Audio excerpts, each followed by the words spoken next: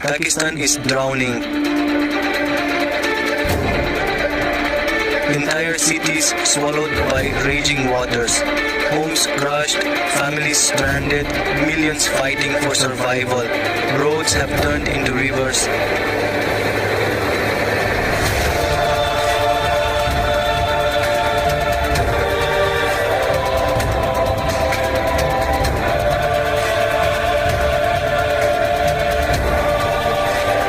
Villages into oceans of despair. Rescue teams are racing against time, yet for many, help may never arrive. This is not just a flood, it is a disaster rewriting history, a tragedy the world cannot ignore.